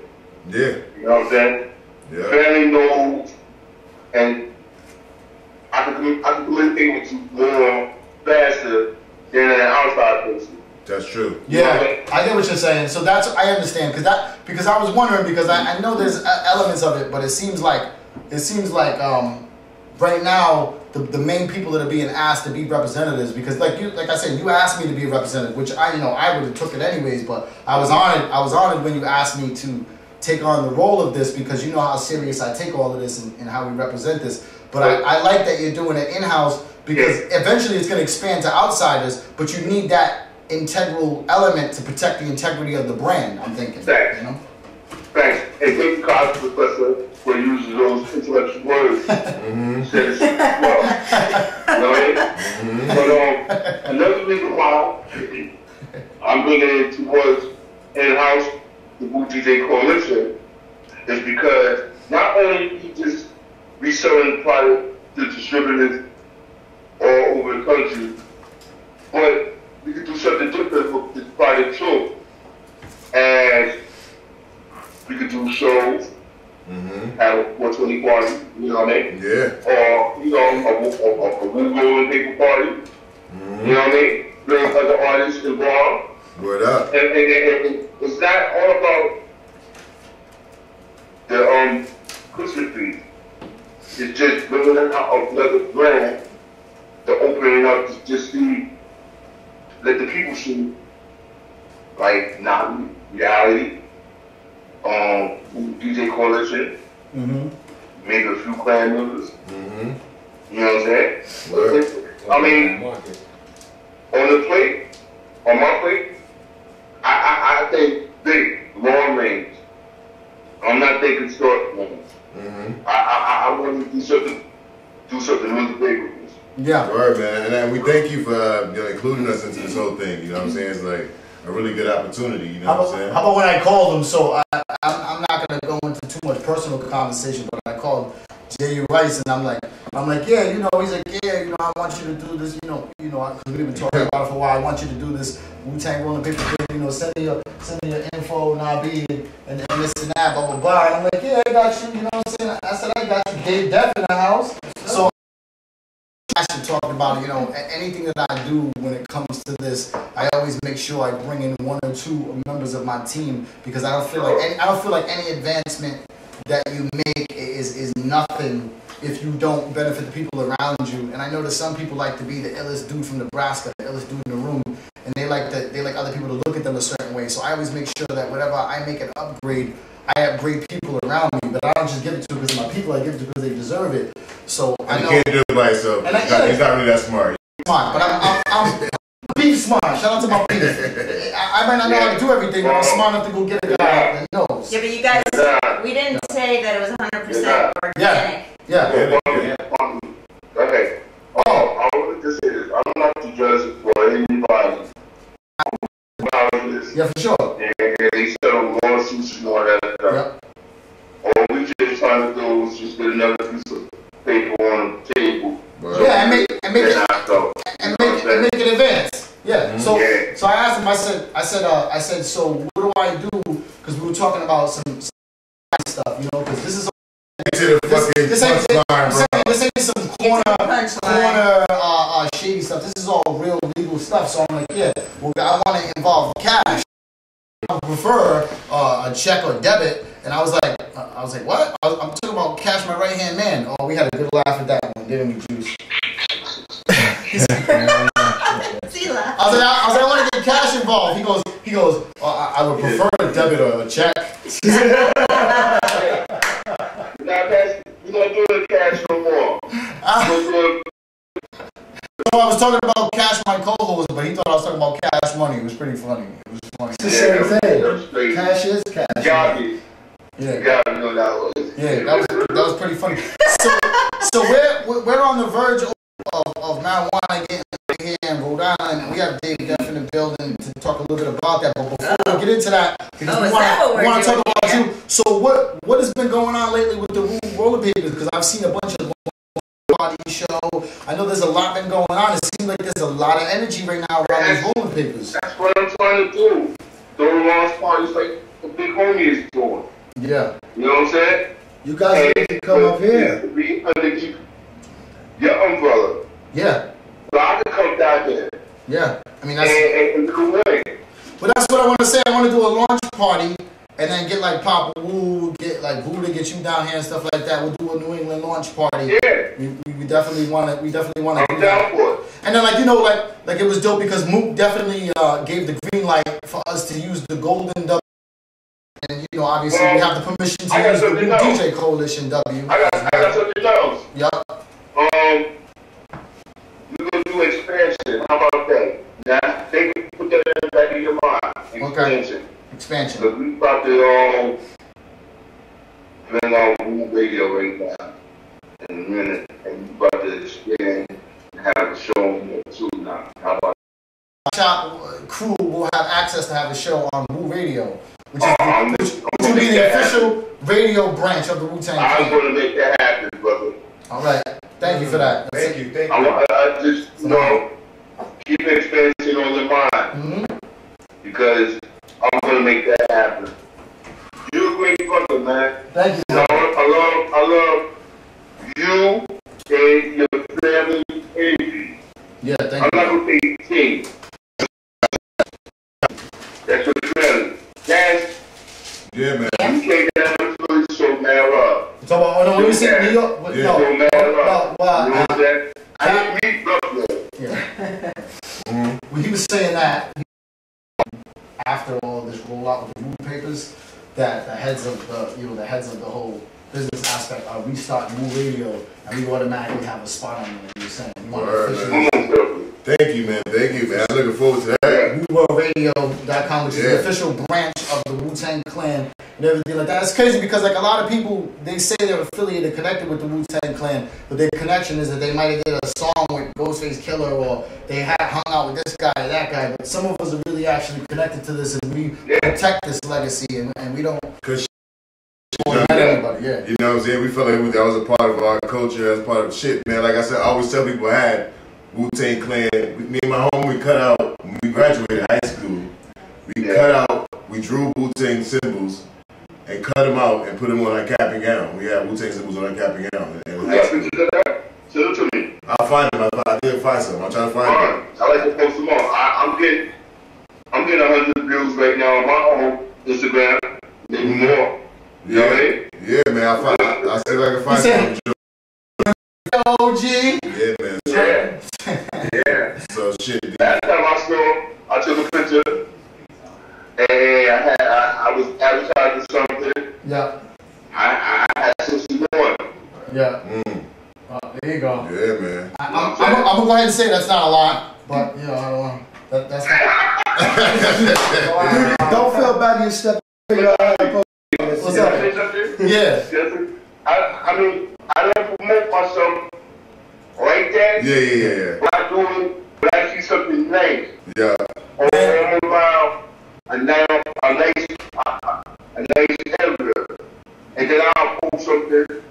Yeah. And you get reaction. I get crazy reaction.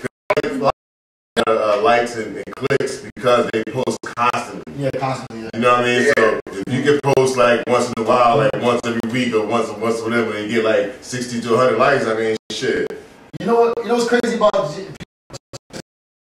that we become friends with, and like Papa Wu, Buddha. Yeah, Papa Wu, Buddha. Family with. Family, become family with, and it's. I was talking about not just you, but specifically family, Papa Wu, him, Buddha, you be in the Kappa, and you become like family with these people, J.U. Weiss, and it's interesting because like you get to know them, and you get so close to like me and J.U. Weiss, we talk on the phone often, and we have a very close relationship, and we talk about a lot of things. I can call bro. What's happening? If we're not sleeping? Yeah. If he's not sleeping or playing pinochle, he'll whatever the old Jesus do. Playing shuffleboard or whatever you old guys do. So,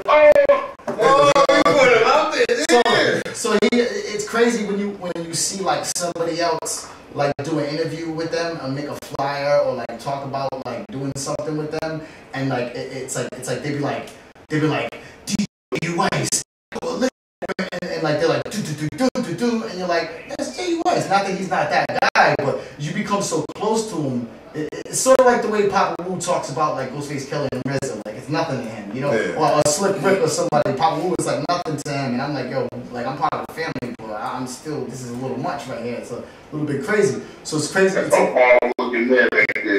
man, remember the night that at the RZA show, Papa Wu cussed me and Jay. He put you out. He tried to associate you with his I got cussed out for not telling you what time it was. That's what so see, there you go. Here we go. That's snitching again. We're not gonna call it snitching. We're gonna call it habitual bus tossing. Alright. Toss niggas in the bus. We can do that. But can we make it more fancy, like autobus? Yeah, wah toss. No, we both got yelled at, and I got checked for not saying. I ain't gonna check J.U. Weiss. What? It was Wu love that Papa Wu was explaining to us. No, I know that. I'm just messing around. I know that. It was all love. He was doing it as family. He wasn't doing it as nothing else. He was putting us in a place like an older brother. Papa was the only person I know that can make you feel at the same time. Nah, yeah. Like Papa Wu would yell at me and J.U. Weiss, but don't let nobody else yell at us and say I'm totally crazy with us. Nah, like he was just putting us in a place like the way we were doing something. So I see, not being right and exact right now. See, but we just exactly. Just like he yelled at me when I was backstage with the film. But anyways, you could see the love. He's an habitual line. You can see the love and respect that J.U. Weiss has with everybody and getting back there. And he always shows love every time we see him with God. And it's an honor. And we only joke around because I love him and he's my big brother.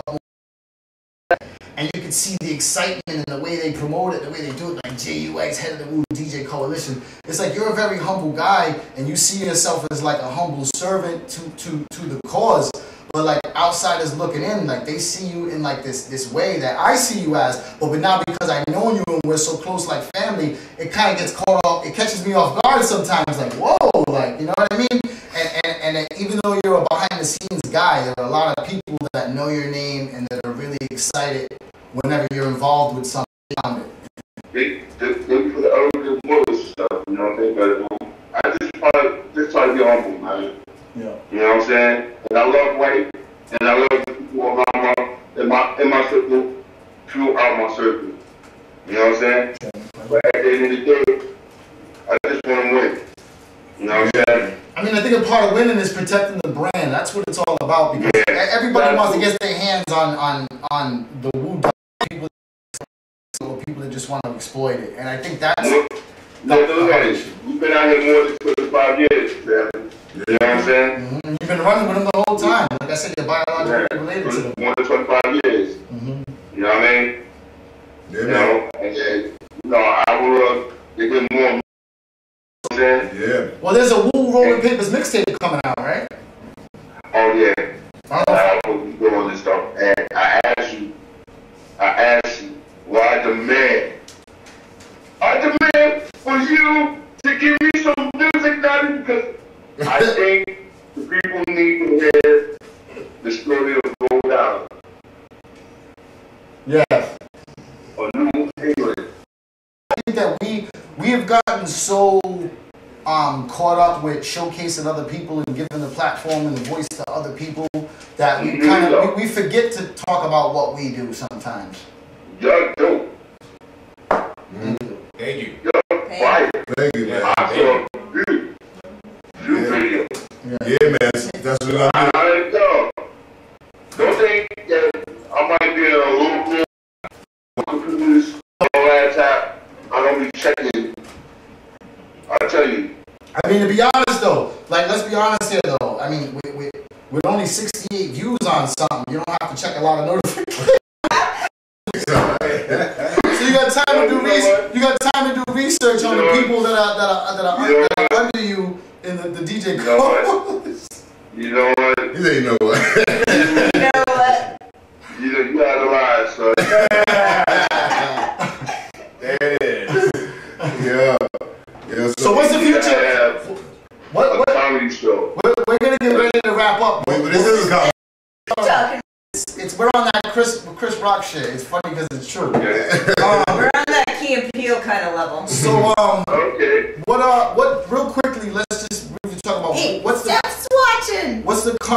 current state of the Woo DJ Coalition and what's going on with that. Real briefly, people don't know the Woo DJ WorldWide Coalition, which ran by DJ US, which BXMGs and Cash are member of the host division, has DJs all around the world, and it's something that was created with Mook Gibbons and the RZA, created to bring the attention back to the DJ.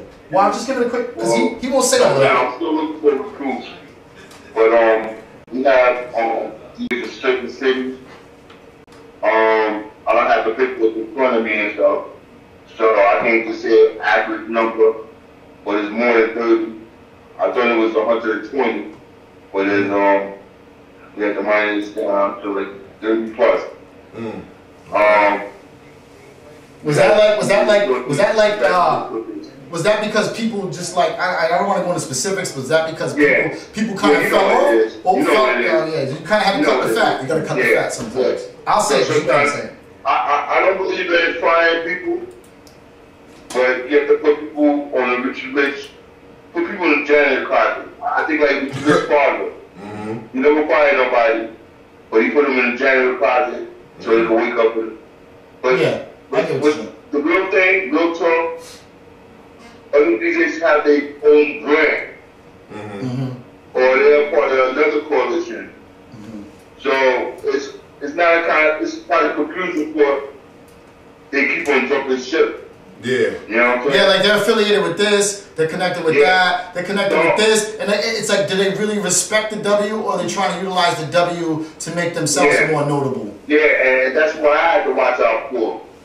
Which is something that's gonna happen. I got people in my inbox thinking I was there one way ticket to the RZA. Like I know him, but I don't know him like that. You know what I'm saying? Like I get it. And things like that, like people want to, schedule the room for this or that. Write a proposal, and I can forward it to somebody. You know what I'm saying? That's part of the management. You know what I'm saying? It's easy. I don't brag about these things and stuff because simple fact, I'm humble. You guys were down. During the Woo had a whole big focus this year at that. What's that? The AC3 conference in Atlanta. You know what that was? This year they had a big focus on the Woo. It was like watch a movie with Ghostface Killer. You saw that, do this, do that. There was Dipset was down there, Wayne performed, but you were down there, and the Protect Connect Records had a stage down there, right? Yeah, we had a stage down there too. Can you talk a little bit about that? Let me tell you something, man. I don't want to jump out the box with this, but the Lil Wayne show was over kind of early because of circumstances.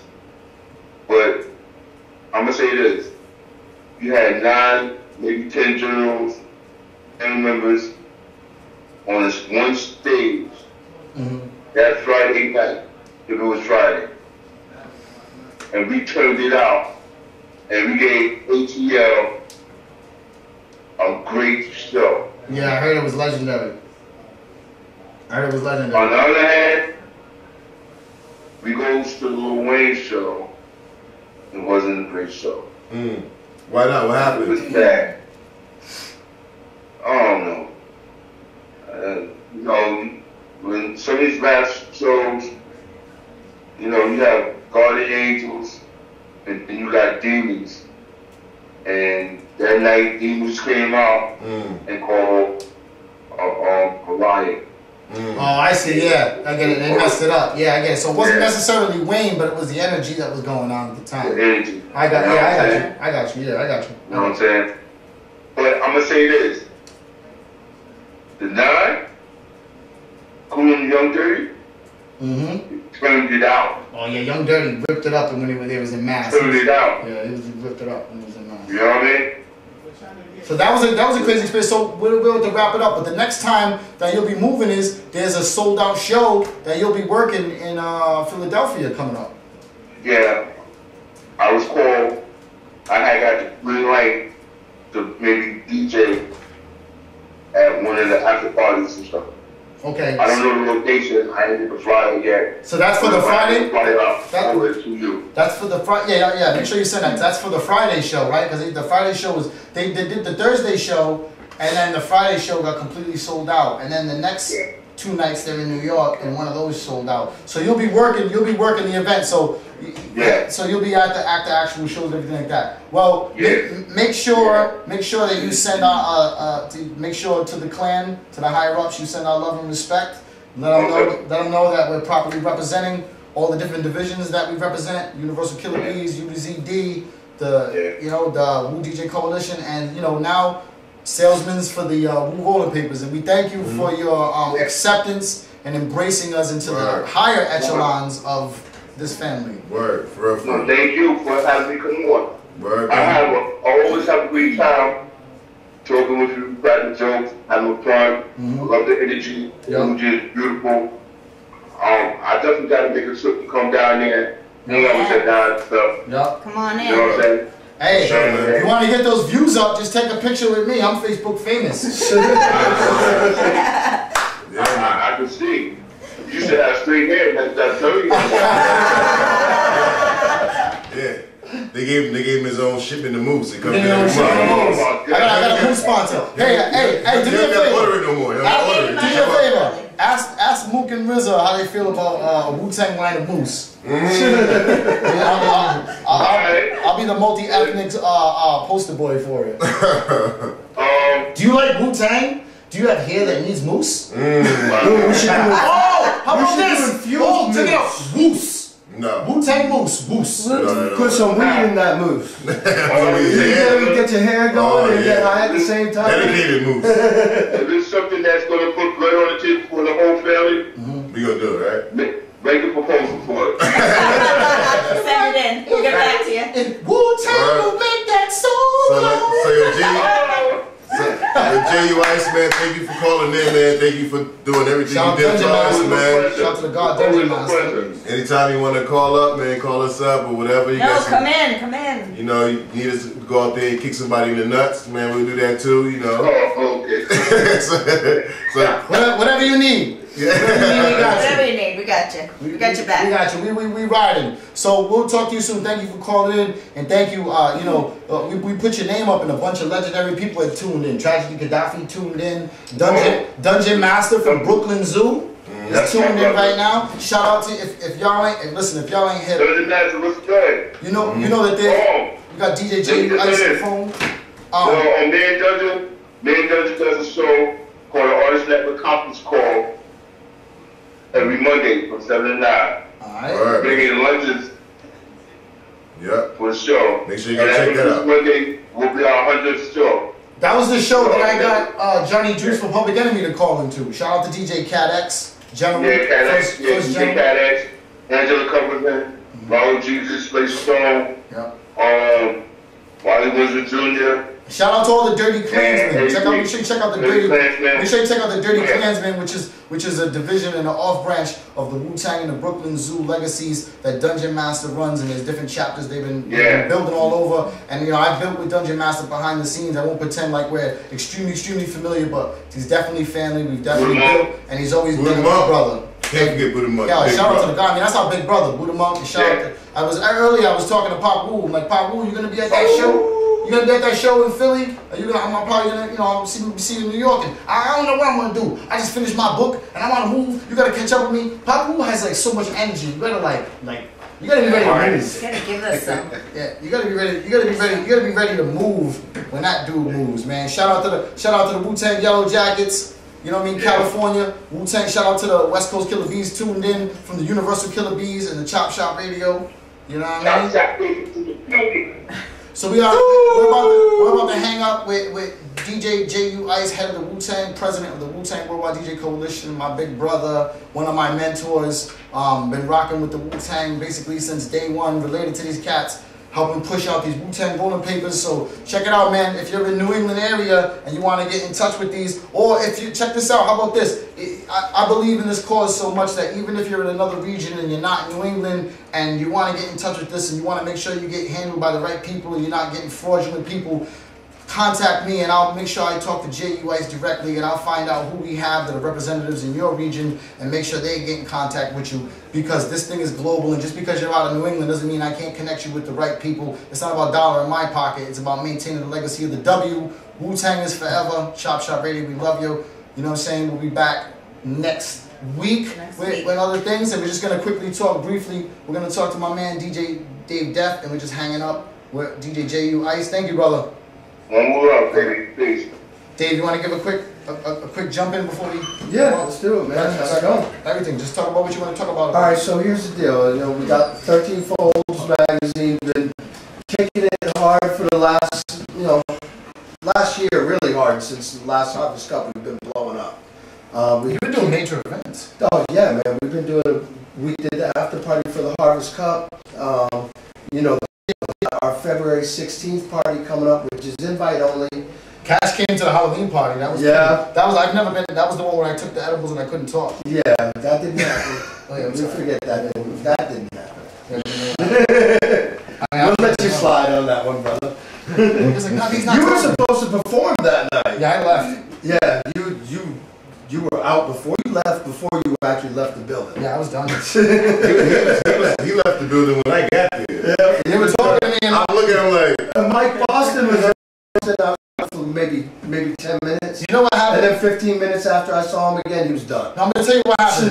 The one you had before, where I had tried some edibles, even though edibles affect me a certain way, I was fine, and I did a few, and I paced myself. But what happened at this one is because I wanted to promote your event, I had like 3 or 4 different groups of people come that didn't know each other. Yeah. Like I had like co-workers, I had the UZDT come, UZDT had some other friends come. I had like 4 different people. So every time they walked in, I took them over to the fountain. They were kind of hesitant, and I was like, "No, look!" And I had to keep taking samples. You know, tough job I have. I had to took one for the team. Yeah, I had to keep taking samples and everything like that. So I got to a point where like I wasn't even like I was just like I wasn't feeling bad. I just wasn't really like my speech was just not. I was just fine, just chilling. And my cousin normally, I roast my cousin all the time, and he's not really quick with it. So oh my God, let me take this time to roast him because he can't say nothing. But he couldn't think of anything because he was messed up too. So he was just like, look at your sweater, big head, big head. But he was like, he thought it was the funniest thing. But anyways, so this next one we got going on, we got the Saturday after Valentine's Day, we do our masquerade ball. And you were at the last masquerade ball. Awesome. Yeah, the dirty this one. Santos. Frank Santos. Yeah, Frank Santos. He was very good. He was good, but we stepped it up a notch this time. We got. How do you take it up a notch from a dirty hypnotist? Dude, I got Lamont Price from Boston come down, the comedian. He's awesome, dude. We got him. We got another guy, Dan Bulger, who I've seen a couple times. Dan's really. Is he a porn star? No. Bulger. That'd be a great name. Is he related to Whitey Bulger? So he might be. He's a skinny white dude. Yeah, he's from that area. So it's a good possibility. He's gonna get these. Like, hey, I can tell you a story, but I can't.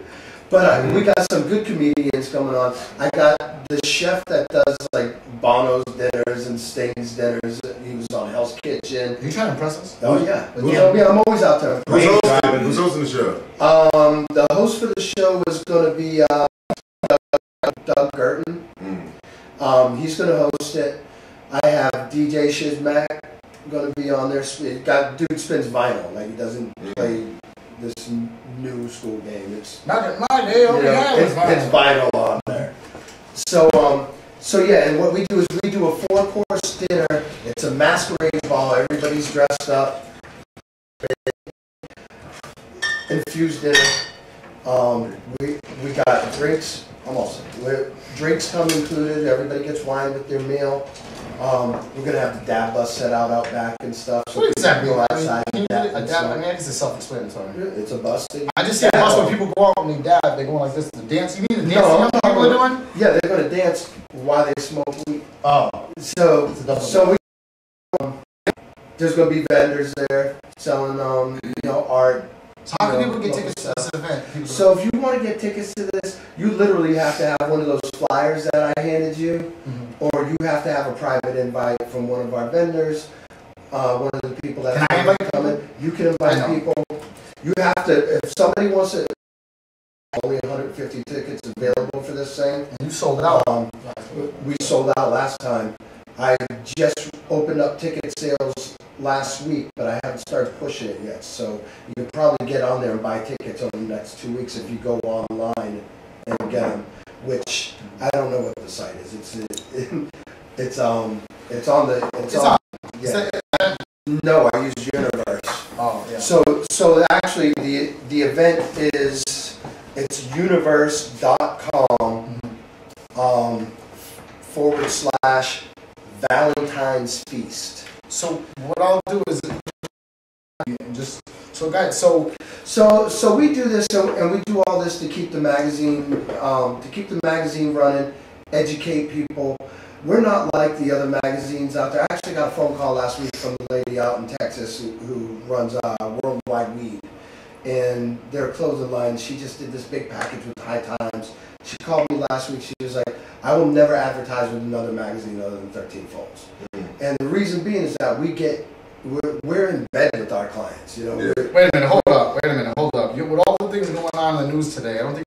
Let's just say only plus, right? Well, yeah, they are 21 plus. So R. Kelly is not invited to this party. He's not coming. Whoa! I wouldn't mind getting coming. No pun intended. So yeah, we're doing all this and we're trying to help out. There are small local businesses that we work with for the most part, and we help them out with the branding and everything. We work with some dispensaries. We go to the community action. I was actually encouraging people last night. Talking to people who are opposed to dispensaries opening up and stuff. Yeah.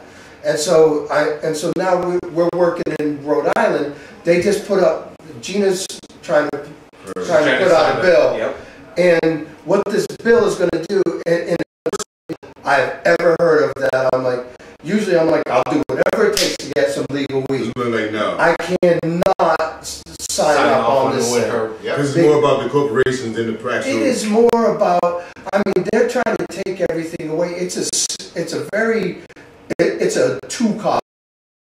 You won't be able to buy anything over 10 milligram edibles. They don't want to allow home grows. Yeah. Even if for medical patients, you got to be able to prove hardship to be able to continue your grow. A lot of these guys got a lot of money invested in this stuff over the past 8 years. You can't take that away from somebody. You can go back and retroactively. Yeah. Use it as like a retroactive thing to people that's already had. They want to take high potency THC products off the market. Yeah. And they want to not being able to have oils. They don't want us to have waxes and concentrates. They want to eliminate all that stuff. Mm-hmm. And I can see the approach to a point. You want to be cautious, but you can't just eliminate 8 years.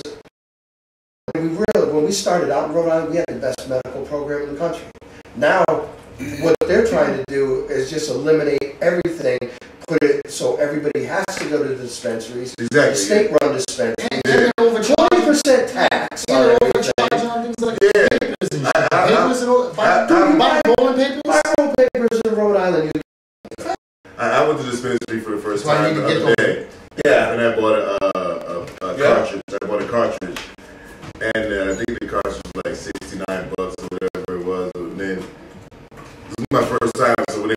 tax like the total would be $63.50. I'm like, you just got raped to get right? You know, to but what is the justification of this? There's taxes on, and because it's a vice. So there's taxes on liquor. So why shouldn't there be a tax on? Yeah, I agree with the tax on weed, but I think that if you're going to have a back to pay for the medical, because most of these patients really can't afford weed. That's why they're rolling. I get what you're saying. So it needs to, the taxes shouldn't end up in the pockets of the rich. They should end up somehow building the infrastructure of the medical industry. Of the medical industry. And that makes sense.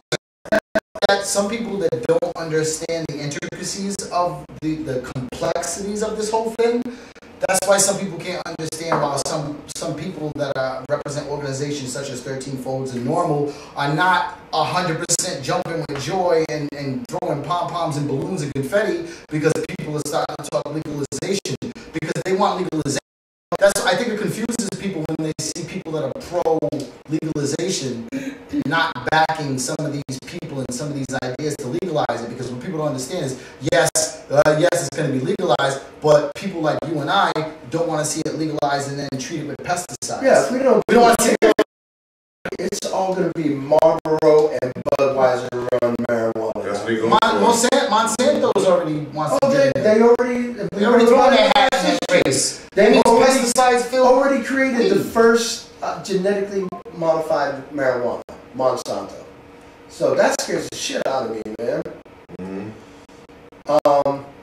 So that's what we're legit. You say we, because we're gonna wrap it up. Who's we? I mean, Normal Rhode Island. We've been talking with Regulate Rhode Island. All us magazines, you know, Sensi Magazine, 1000 Watts Magazine, 13 Folds Magazine, we've all been supporting each other. We're all fighting the same fight. And we've all actually over to, you know, we're not butting heads over territory and who's competing with who. We're all in the same boat fighting for the same fight. And it's not like rappers, you know, like, where you from? Where your grandma stay? It's not like that. Well, it gets like that sometimes. Oh, yeah. But yeah, that's it, man. And definitely, we got to get these guys out for the February party. Let them sit up, do talk about that. On that. We'll talk about it.